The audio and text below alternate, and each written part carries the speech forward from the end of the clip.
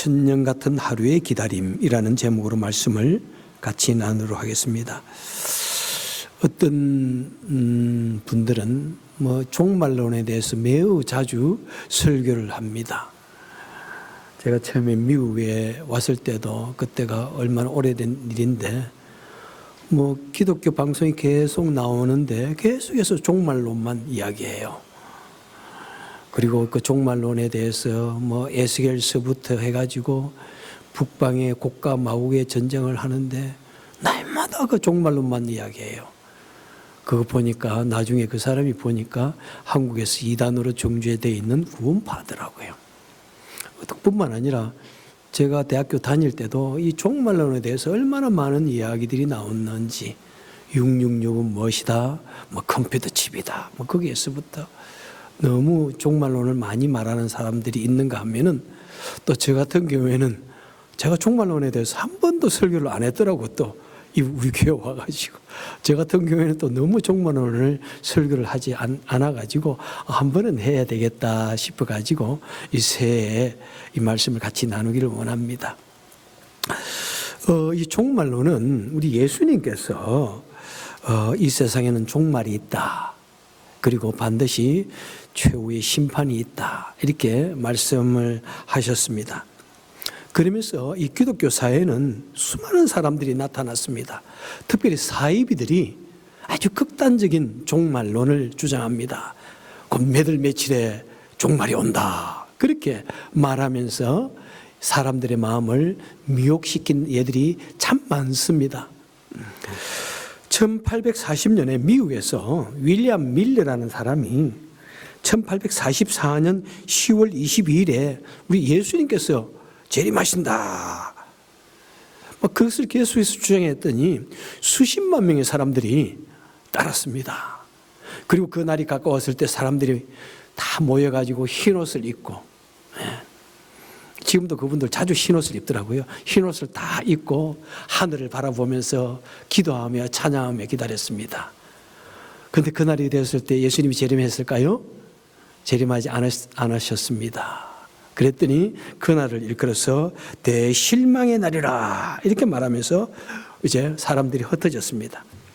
많은 사람이 흩어졌는데 그때 그 중에 흩어지지 않은 사람의 무리가 있습니다. 그 중에서 아주 정말 똑똑한다고 할 수 있을까? 어떻든 엘렌 G 화이트라는 여자가 갑자기 내가 하나님의 예언을 받은 예언의 신이다 그러면서 흩어져 있는 사람들 다시 규합을 합니다. 그래서 그들이 이 동네에서 매우 가까운 곳에 1시간 정도 걸리는 북쪽에 미시간에 있는 배틀크릭이라는 곳에 이 여자가 남편과 그곳에 자리를 잡습니다. 그리고 치유센터를 설립합니다. 그러면서 그곳이 이 거기에서 이제 제7일 안식교가 이렇게 형성되어졌습니다. 그래서 제7일 안식교의 어떤 홈타운과 같은 곳이 바로 이 근처에 있습니다. 그래서 저도 지금까지 안식교도에 대해서 잘 몰랐는데 이게 오니까 너무 강력한 거예요. 그래서 내가 다시 경종을 울리는 그런 것을 계기가 되기도 했는데 그런 모습들 그뿐만 아니라 시시때때로 몇십 년에 한 번씩 꼭 이런 일이 납니다. 우리 한국 같은 경우에는 1992년에 다미 선교회에 다가올 미래를 대비하라 그러며 이장님 목사라는 사람이 그 예수님이 1992년 또 며칠 온다 10월 28일에 온다 그래가지고 한국에서도 수십만 명이 그때 예수님의 오심을 기다리면서 예배를 드렸는데 그때 그 이단 연구소 소장께서 그 장소에 가서 다 막 이렇게 보고 있다가 12시 땡 하니까 쇼는 끝났다. 그런데 그것을 재림한다고 주장한 이장님 목사는 실제로는 자신은 그 예배에 없었습니다. 사기죄로 감옥에 들어가 있었고 자기 집은 리모델 한다고 다 까불려 놓고 예수님 오신다 그러면서 자기 집 리모델 합니다. 그리고 자기의 그 클로젯 안에는 현금들을 다득 지어 놓고 있고 참 그런 종말론자들이 많지 지금도 뭐 2025년대에 온다고 하는 사람들도 없잖아 있고요. 이것이 기독교뿐만 아니라 다른 종교나 다른 사람들 속에서도 많이 이야기되고 있습니다. 뭐 힌두계 뭐 어떤 사람들 지금 계속해서 주장을 하고 있고요. 특별히 노스트라다무스라는 사람이 프랑스의 의사인데 특별히 흑사병이 창궐했을 때 이 흑사병을 주로 치유하는 사람으로 셌는데 이 사람이 갑자기 어느 날 뭐 계시를 받았다 그래가지고 연수를 쭉 썼는데 뭐 연서라는 것이 여러분 해석하기 나름이죠. 적당하게 뭐 이렇게 한마디 해놓으면은 이게 그건가 보다 이러면서 자꾸 맞았다 이렇게 말을 하는데 참 그게 그런 것처럼 수많은 이렇게 종말론자들이 있습니다. 자, 이 반면에 오늘 본문에 나오는 사람은 어떻습니까? 3절과 4절에 보니까 말세에 조롱한 절이 나와가지고 종말이 어디 있느냐, 예수님의 재림이 어디 있느냐 막 이렇게 조롱한다고 이야기하고 있습니다. 이 사람들은 이제 예수를 믿지 않는 사람들, 예수 믿지 않는 사람들에게 종말론 이야기하면 얼마나 우습게 생각하는지 몰라요. 그리고 반면에 또 어떤 사람들이 있습니까? 6절에 보니까 그때 세상이 물에 넘침으로 멸망하였으되, 그 6절에 나오는 것은 물로 말미암아 멸망했다는 것은 누구를 말합니까? 노아의 홍수. 예. 그러니까 이 역사 속에 보면은 이 세상의 종말을 그림자로 보여준 사건들이 매우 많습니다. 먼저 그 이전에도, 노아의 홍수 이전에도 소돔과 고모라를 통해서 이 세상이 마지막에 어떻게 멸망할 것인가, 유황불로서 그 도시가 멸망한 것을 보여주었고, 홍수를 통해서 세상이 멸망할 것이라는 것을 보여주었고, 또 모세가 출애굽할 때 10가지 재앙을 통해서 이 세상이 어떻게 멸망할 것인가 하는 그림자로 보여주었고, 그것은 계속해서 뭐 다니엘서와 요한계시록에서도 그림자로서 이렇게 보여집니다. 뿐만 아니라 또 심지어 뭐 구약에서는 이 황충, 메뚜기 떼가 창궐을 해가지고 그런 것을 하나의 종말적인 모습으로 또 말해주기도 합니다.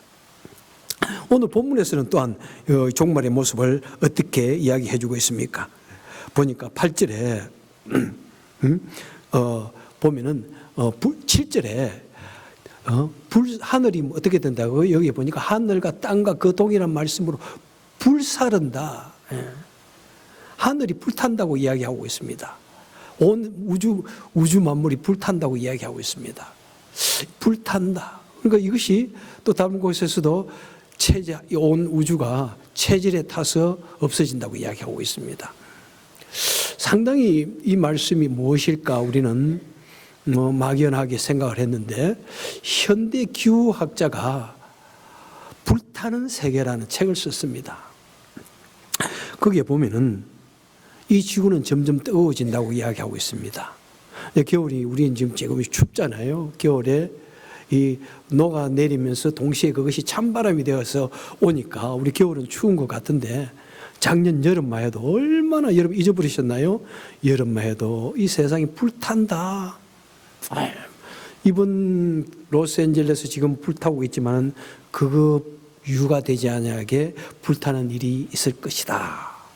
세계는 결국에는 뜨거운 열이 지금보다도 3, 4도만 더 높아지면은 사람은 살 수가 없게 뜨겁게 불타 없어진다는 것이, 그 사람이 기독교인인지 아닌지는 모르겠어요.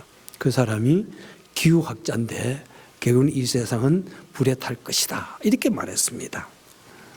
그런데 또 우리 미국은 지금 세계 기후협회에서 지금 탈퇴를 한다니까 참 이해하기가 좀 어려운 그런 면도 없잖아 있습니다. 그죠? 자, 그러면서 이제 하나님께서 베드로 사도는 우리에게 말합니다. 이렇게 온 세상이 결국에는 언젠가는 종말이 있을 것이다.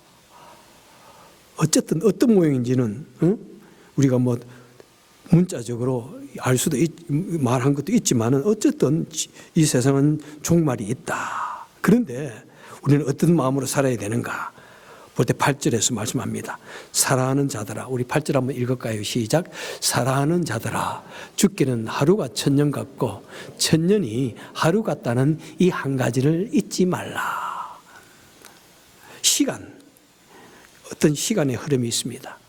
시간의 흐름을 볼 때 우리 인간의 역사와 같이 물리적인 그런 시간이 있습니다. 그죠? 우리는 지금 어떤 시간을 살아가고 있습니까?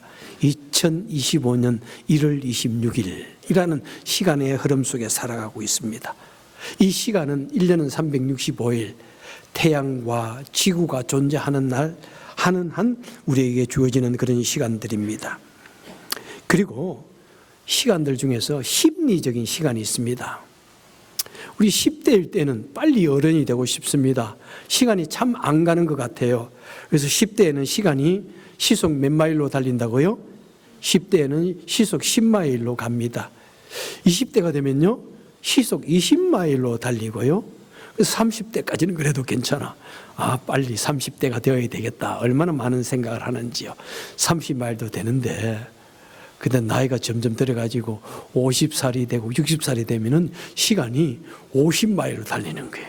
60대 되니까 60마일로 와 우리가 달려가나이다. 모세가 그렇게 말하잖아요. 우리가 달려가나이다. 얼마나 세월이 빨리 흘러가는지 여러분 60대로 막 달려가는 느낌을 가지시나요? 뭐 60대 말입니다. 제가 얼마나 세월이 빨리 달려가나. 심리적으로 똑같은 1년인데 사람에 따라서 환경에 따라서 마음에 따라서 이게 빨리 달리기도 하고 천천히 달리기도 합니다. 우리가 어떤 시련의 시간을 지날 때에는 하루가 얼마나 어려운지 몰라요. 여러분 얼마나 어려운지 몰라. 내가 좋은 일이 있을 때는 그럴 때는 하루가 시간이 얼마나 빨리 지나는지 몰라. 조금만 같이 앉아 있는데 그냥 시간이 훌렁 지나갑니다.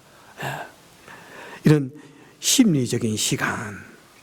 그 다음에 또 다른 시간이 있습니다. 하나님의 시간이 있습니다. 영혼의 시간이 있습니다.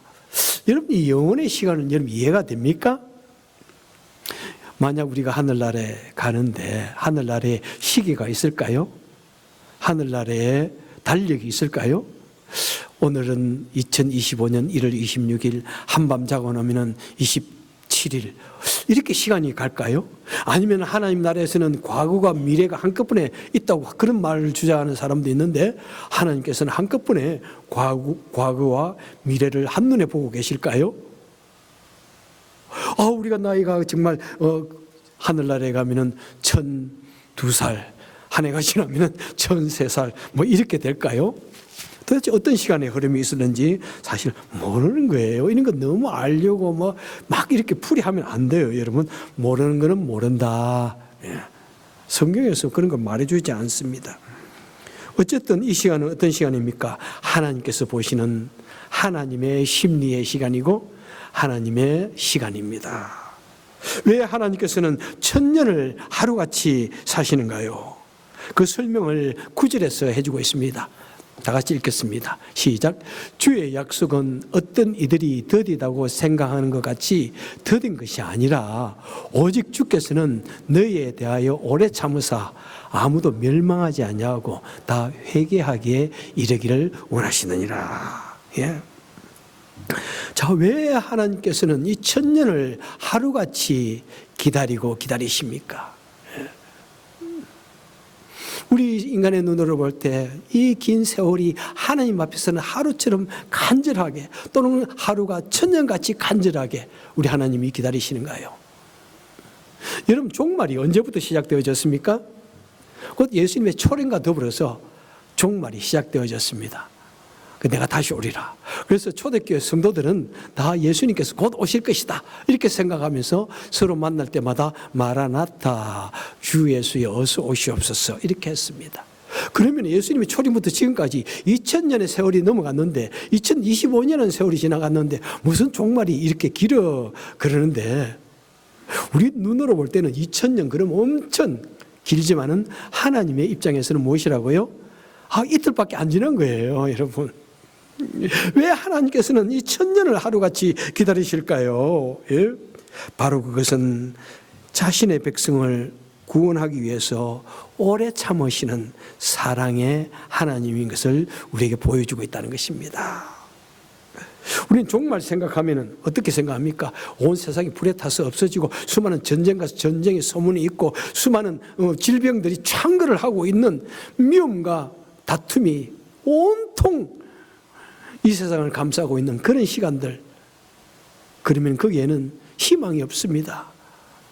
두려움만 있습니다. 그런데 그 속에서 우리가 알아야 할 것은 무엇입니까? 곧 하나님의 사랑. 온갖 시간들 속에서도, 온갖 정말 문제 속에서도 주님께서는 우리로 하여금 우리가 주님 앞에 돌아오기를 기다리시는 그 사랑의 주님, 사랑의 하나님. 그래서 로마서 9장 22절에서도 우리 하나님은 오래 참으시고 관용하시는 하나님 것을 말씀하고 있습니다. 바로 우리 하나님은 지금도 기다리고 계시기 때문에, 더 많은 사람, 하나님의 백성들이 구원받기를 원하시기 때문에 기다리고 또 기다리고, 마치 말 듣지 않는 그 아들이 집을 나갔는데 그 부모가 그 자녀가 돌아오기를 기다리고 또 기다리듯이 우리 하나님께서는 문을 열어놓고, 열린 문을 열어놓고 누구든지 예수님의 음성을 듣고 들어오는 자는, 들어가는 자는, 문을 여는 자는 다 구원함을 얻게 해주시기 위한 하나님의 사랑의 마음인 것입니다. 자, 그러면서 무엇을 기다리십니까? 9절 하반절에 보니까 오래 참으사 아무도 멸망하지 아니하고 다 회개하기에 이르기를 원하시느니라. 기다리시면서 회개하기를 기다리신다는 것입니다. 집을 나간 자식이 그냥 악한 모습 그대로 사는 것이 아니라 언젠가는 회개하기를 기다린다는 것입니다. 마치 어거스틴의 어머니처럼 그 아들이 돌아오기를 원하면서 기도하고 또 기도하는 그 모습들 기다리신다는 것입니다. 여러분, 우리 아무리 인간이 죄인이라도 하나님 앞에서 하나님께서 너는 너무 죄가 완악하여 구원할 수 없다고 하는 사람이 있습니까? 없습니까? 아무리 완악한 죄인이라도 우리 하나님께서는 다 구원하시길 수가 있습니다. 구원하시기 원하십니다. 그런데 무엇이라고요? 한 가지 조건이 있습니다. 컨디션이 있습니다. 무엇이라고요? 회개해야 된다는 것입니다. 회개해야 된다는 것입니다. 그래서 베드로도 사도도 말하기를 너희가 회개하여 각각 예수 그리스도의 이름으로 세례를 받고 죄사함을 받으라. 어떤 죄든지 관계없습니다. 예수를 믿고 회개를 하면은, 그러면은 성령을 선물로 얻으리라. 성령을 주심으로 말미암아 끊임없이 내가 주님 안에서 성화의 과정을 거치게 되어짐으로 말미암아 하나님을 마음으로부터, 예수님을 마음으로부터 믿게 되어져서 새롭게 되어지는 것입니다. 그런데 회개하지 않으면 안 된다는 것입니다. 사울 왕을 보십시오. 그가 처음에 이스라엘 왕으로 부름을 받았을 때 얼마나 겸손했어요. 얼마나 사나이였어요. 사나이 중에 사나이요, 겸손했던 사람입니다. 그런데 인간의 죄성이라는 것이 있어가지고 내가 왕으로 불리고 나서 왕으로 오랫동안 자리에 앉다 보니까 그때부터 처음 마음이 없어집니다. 그 겸손했던 마음이 없어지고 이제 천하가 다 내 눈앞에 보입니다. 한 번은 전쟁을 가야 되는데 전쟁을 떠나기 전에 사무엘 선지자가 와가지고 번제를 드리면서 기도를 해줘야 되는데 안 옵니다. 마음이 초조합니다. 사무엘이 와서 저 기도를 해줘야 내가 전쟁에서 승리할 수 있는데, 그러니까 뭐 아무나 기도하면 되지 뭐. 자신이 번제를 드리고 기도를 합니다. 그때 사무엘 선지자가 옵니다. 와가지고 사울 왕이여, 어쩜 일인고? 내가 하나님 앞에 기도하는 것은 나를 통해서 하나님께서 하시고자 하는 일이 있는데 왜 그대에게 주어진 일이 아닌데 왜 이렇게 일을 하느냐? 그러니까 사울 왕이 무엇이라고 그럽니까? 그러면은 선지자여, 사무엘 선지자여, 잘못했습니다. 내가 잘못했습니다. 그렇게 회개를 하면 되는데 변명을 합니다. 사람들이 말이에요, 자꾸 흩어지지 않습니까? 마음이 지금 하나가 되어야 되는데 흩어지지 않습니까? 그래서 내가 했습니다. 그렇게 말합니다. 그래도 그 한 번으로 끝나면 되는데 또 어떻게 합니까? 이스라엘이 아말렉과의 전쟁에서 그 아말렉의 전쟁과 이기면서 수많은 노획물을 가져옵니다. 소, 말, 염소를 다 잡아오고 그 수많은 황금 보화들 다 가지고 쌓아 놓습니다. 이 하나님의 백성들은 전쟁을 해가지고 노획물을 위해서 전쟁하는 것이 아니고 또 그것은 악한 것이기 때문에 절대 노획물을 취하지 말라고 그랬는데, 그런데 노획물을 다 취했습니다. 그래서 사무엘 선지자가 다시 말합니다. 어쩌면요, 절대로 이 전쟁에서 노획물을 취하지 말라고 그랬는데 어째 그러냐. 그러니까 사울 왕이 또 핑계를 댑니다. 이거 얼마나 좋습니까? 하나님께 번제도 드리고요. 뭐 다른 말로 또 했겠죠. 백성들에게도 나눠주고요. 뭐 온갖 종류의 핑계를 갖다 대립니다. 그래서 사무엘 선지자가 무섭게 진노하면서 왕이여, 당연히 왕의 나라가 길지 않을 것이다. 왜 하나님 앞에 회개하지 않느냐? 왕의 나라가 길지 않을 것이다. 그러니까 또 사울 왕이 뭐라고 그랬게요? 응? 내가 왕인데 내 체면을 지켜줘야 되지 않겠습니까?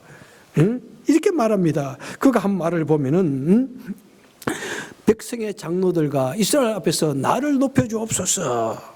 결코 회개하지 아니하고 나를 체면을 높여주셔가지고 백성들 앞에서 너무 야단치지 말고 그러지 마세요. 뭐 이런 식으로 말한 거예요. 회개하면 되는데.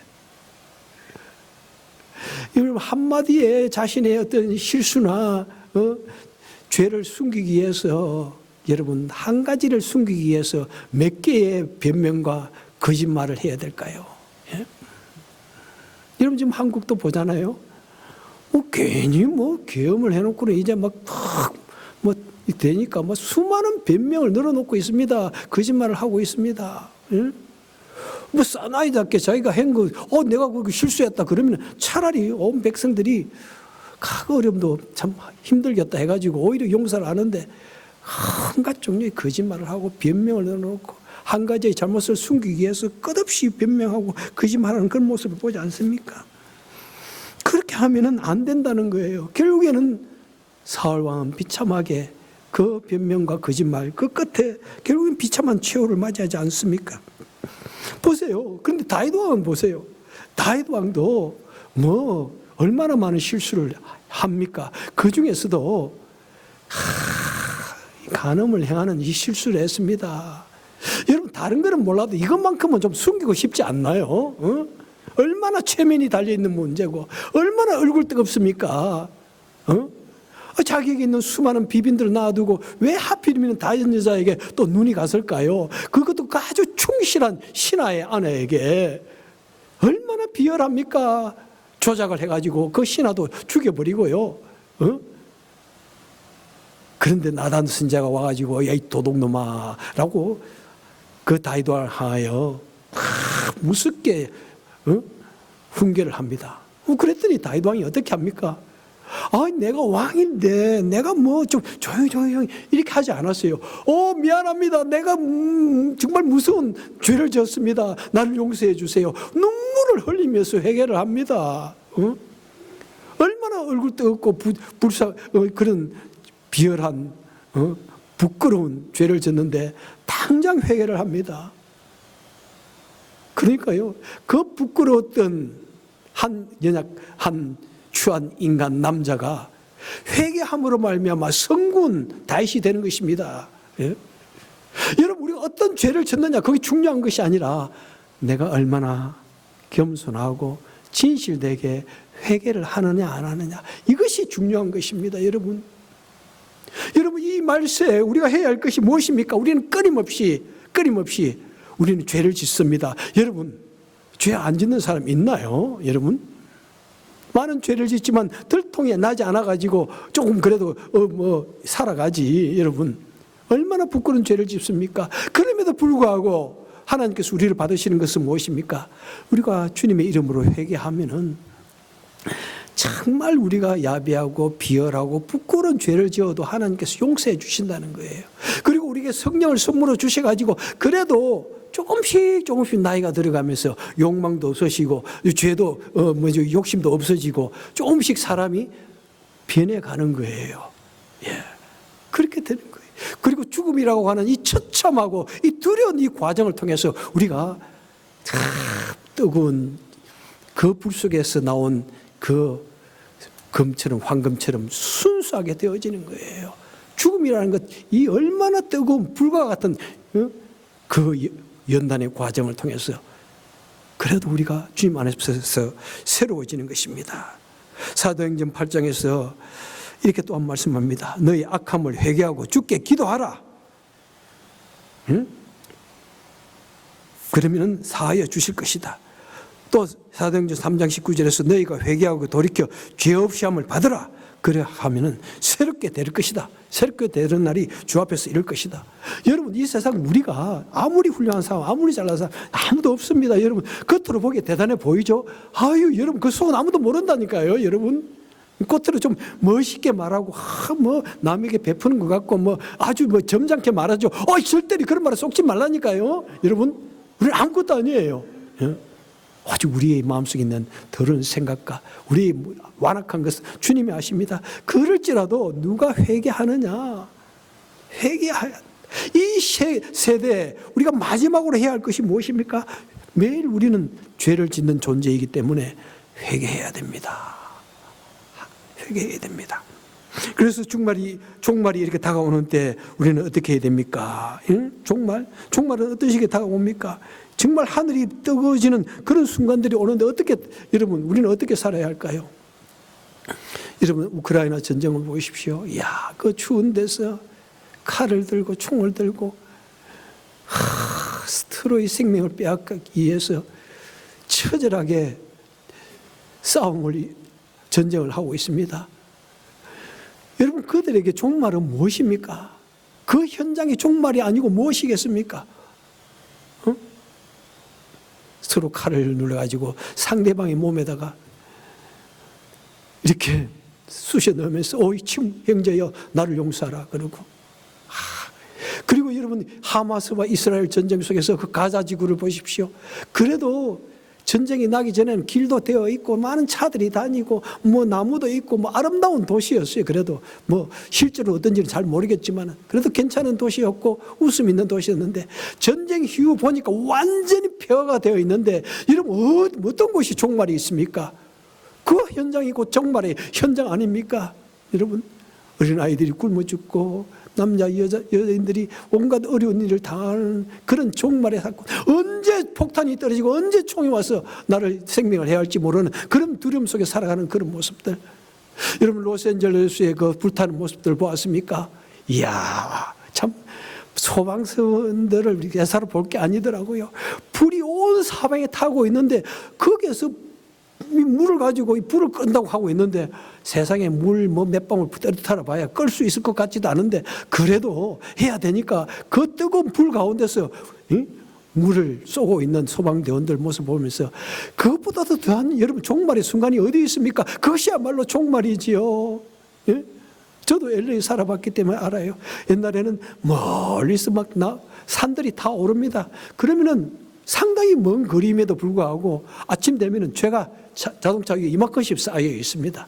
그런데 지금은 얼마나 가까이 와가지고 불을 태우고 있습니까? 이야, 여러분, 한국을 보십시오. 탄핵하라 말아라. 뭐가 더 종말, 그보다도 더 혼란스러운 종말이 어디 있겠습니까, 여러분? 응? 우리는 종말 속에 우리는 개우게 묻어서 그래도 살아가고 있습니다. 하나님의 은혜 속에 살아가고 있습니다. 우리는 어떻게 기다리고 살아야 합니까? 먼저 11절에 보니까 11절 하반절을 보겠습니다. 너희가 어떤 사람이 되어야 마땅하뇨? 거룩한 행실과 경건함으로 살아가라. 응? 결국에는 이 모든 것이 불타 없어질 것인데, 우리가 언제 어떻게 살든지 항상 거룩한 모습을, 정말 주님 앞에서 신실하게 거룩한, 겉으로 거룩함이 아니라 하나님을 두려워하고 정말 겸손하고 정직하게 살아가고, 그 다음에 경건함으로써 언제나 기도하고 하나님의 말씀대로 살아가고, 14절에서도 말씀하고 있죠. 주 앞에서 점도 없고 흠도 없이 평강 가운데 나타나기를 애쓰라. 응? 이것이 이 시대를 살아가야 할 우리의 자세인 것입니다. 여러분, 이 세계의 종말과 우리 개인의 종말에 큰 차이가 있습니까? 큰 차이 없습니다. 이 세계의 종말은 아직도 우리 세대에 안 올지도 몰라요. 하지만은 우리 개인의 종말은 언제든지 닥쳐옵니다. 그것이 불의 모습으로 올 수도 있고요, 물의 모습으로 올 수도 있고요, 어떤 모습으로든지. 미국에도 얼마나 많은 총기 사고들이 일어나고 있습니까? 이제 우리 언제 어려움을 당하고 언제 교통사고를 당하고 나의 개인의 종말이 올지 모릅니다. 하지만 이 종말이 나에게 언제 올지 모른다는 생각으로 우리는 오늘 주님이 나의 영혼을 불러간다고 할지라도 내가 그래도 부끄럽지 않아야지 하는 생각으로 언제나 겸손하게 언제나 회개하는 마음으로 주님의 오심을 기다려야 하는 것입니다. 그래서 12절에 보니까 하나님의 날이 임하기를 바라보고 간절히 사모하라 이야기하고 있습니다. 우리 이 시대 사람들이 주님의 오심을 기다리면서 사모하는 마음으로 살아야 한다고 말씀하고 있습니다. 여러분, 우리가 예수를 믿는다고 하지만은 예수님의 재림을 사모하며 살아가는 것은 쉽지가 않은 것 같아요. 저도 예수님을 정말 처음 살아계신 예수님 정말 100% 믿어지는 그 예수님을 만난 후에는 기도를 한참 했어요. 주님, 지금 주님이 오시면 참 좋을 것 같습니다. 나도 죄인인지라 조금 살다 보고 생활이 어렵고 또 뭐 자녀도 생기고 난 그러다 보면은 결국엔 내 속에 있는 이 하나님을 만난 이 기쁨이 점차적으로 쇠퇴되고 그다음에 또 물들고 그럴 것 같은데, 나도 그럴 것 같은데 빨리 오시면 안 될까요? 그렇게 기도한 적이 없잖아요. 있지만은 또 한참 살다 보니까 그 잊어버리는 거예요. 잊어버려요. 그래서 목회를 하다가 한참 어려움을 당하면서 정말 힘들다 그럴 때 그때 또 오는 것이 있습니다. 그렇구나. 내가 우리 예수님 오시기를 간절히 사모하지 않았구나. 이런 어려움을 통해서 더욱더 예수님 오시기를 사모하라고 주시는 거구나. 그러면서 한참 잊어버렸던 그 기도, 마라나타, 주 예수여 어서 오시옵소서 하는 그 기도를 드린 적이 있습니다. 여러분, 우리가 예수님을 믿는다고 하면서도 예수님의 오심을 사모하며 기다리는 그런 믿음은 쉽지가 않은 것 같아요. 그런데 여러분 생각해 보십시오. 우리 성도들은 누구라고요? 예수님의 신부입니다. 신부는 신랑을 기다리는 사람이에요. 자, 신랑과 신부가 서로가 결혼을 했는데 그런데 미국과 한국에 흩어져 있습니다. 근데 신부는 한국에서 신랑이 들어오기를 간절히 기다려야 됩니다. 그죠? 그런데 기다리는 마음이 없고 신랑이 오든 말든 좀 천천히 왔으면 좋겠다. 이런 생각이 들면은 그 부인에게 지금 그 신부에게 어떤 일이 있습니까? 그 그 여인의 마음에 다른 마음이 들어있는 거예요. 그 남자 아니라도 내 남편 아니라도 살아갈 재미가 있는 거예요. 틀림없이 그 사람은 바람을 핀다든지 엉뚱한 일을 지금 하고 있는 생각하는 사람이에요. 그죠? 마찬가지입니다. 우리가 예수님을 믿는다고 하면서도 간절한 사랑하는 마음, 주님을 사랑하는 마음이 없으면 주님보다도 더 사모하는 것이 아직도 내 마음에 있다는 것입니다. 여러분, 우상은 무엇이라고 그랬습니까? 하나님보다도 더 사랑하는 것, 주님보다도 더 사랑하는 것이 내 마음에 있을 때 그것이 우상이라고 그랬습니다. 여러분, 언제 우리에게 종말의 시간이 주어질 줄 모르는데 하지만 우리는 정말 주님 어서 오시옵소서 마라나타라고 할 수 있을 정도의 그런 믿음까지 우리는 가지고 주님을 사모하면서 또한 2025년도 우리에게 주어진 이 새해 주님은 우리에게 다시 한 해를 더 연장해 주셨습니다. 더 하나님 섬기고 더 주님께 앞에서 그 거룩한 행실과 또 좋은 열매를 맺으라고 더 영혼을 구원하라고 나에게 생명을 연장시켜 주셨습니다. 그래서 2025년도 우리에게 주신 이 새해 아직도 내 속에 있는 이 부패하고 죄악된 이 모습이 있지만은 그래도 계속해서 겸손하고 신실하게 회개하고 또 회개하여서 정말 주님의 오심 언제 나에게 주어진 이 삶이 마감할지라도 그래도 주님을 믿는 믿음으로 담대하게 받아들이는 우리의 삶이 될 수 있기를 주님의 이름으로 축원합니다. 기도하겠습니다. 좋으신 하나님 아버지, 2025년 새해를 주시니 참 감사합니다. 이제 주님께서 은총을 베풀어 주셔서 또 하루를 천년을 하루같이 기다리시면서 새해를 주셨는데 주님, 좀 더 우리가 믿음 안에서 매일같이 주님을 바라보며 주님이 원하는 삶을 살게 하여 주시기를 원합니다. 오늘도 주의 제에 나와서 예배 드릴 때 그래도 주님 앞에 쓰임받기 위해서 예물을 드립니다. 주님께서 받아주시고 또 하나님 나라를 위해서 온전히 사용하여 주옵소서. 예수님 이름으로 간절히 기도합나이다. 아멘.